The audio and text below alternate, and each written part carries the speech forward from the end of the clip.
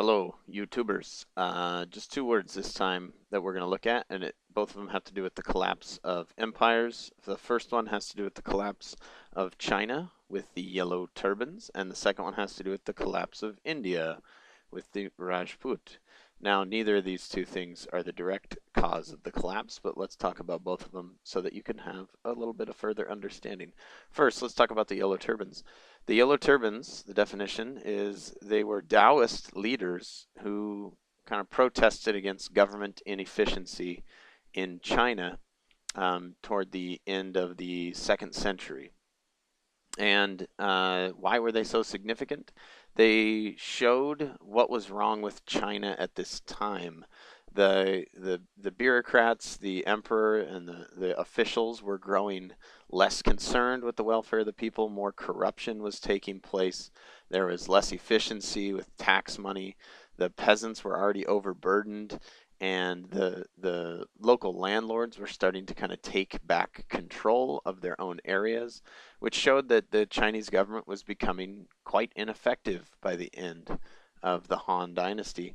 And as a result of this ineffectiveness, um, things like protests arose. And so these Yellow Turbans kind of gave way to the sentiment that most people were already feeling around China, which was that the Han Dynasty was losing its mandate. And so the final straw that broke the camel's back was the Han Dynasty and the soldiers. The government was unable to fight off the Han invaders, which eventually would lead to the overall collapse in China of the government system.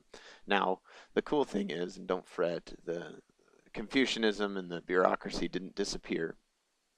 It just took a while before they kind of got back a strong centralized government. And so, for the time being, from about the year 200 to about the year 600, regional warlords kind of took control and kind of made sure that the areas were secured for the people. But this was a tough time for the peasants of China, and so they didn't have a lot going for them at this time. They were starving. They had to sell. Some of them had to sell their kids, or worse. It was just a bad time for the Chinese peasants. So the other word is the Rajput, Rajput, and the Rajput is a collective name given to the new governing princes in India. And so what's so significant about the Rajput? The Rajput were actually made up of the Han invaders. This is about the year 500, so quite a bit of time after the Chinese had collapsed. The Han invaders invaded into India, and they took over, but instead of just completely annihilating the Indians and replacing their system of government, they just kind of absorbed themselves into India and became part of the ruling class. They became part of the warrior caste, which was a high level ruling class. And so they were the new rulers in India. And again, just like in China, they were regional warlords, regional leaders. The Gupta Empire was now done. There was no stronghold on all of India.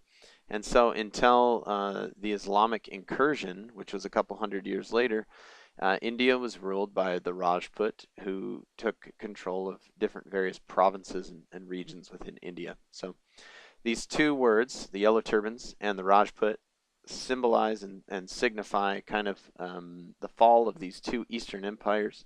And the cool thing was both of these empires, or at least some part of it, would survive and come back. So for the Chinese, Confucianism and the bureaucracy came back, and for the Indians, Hinduism and the caste system remained quite strong. In fact, it was strengthened through these new invaders. So hope that helped.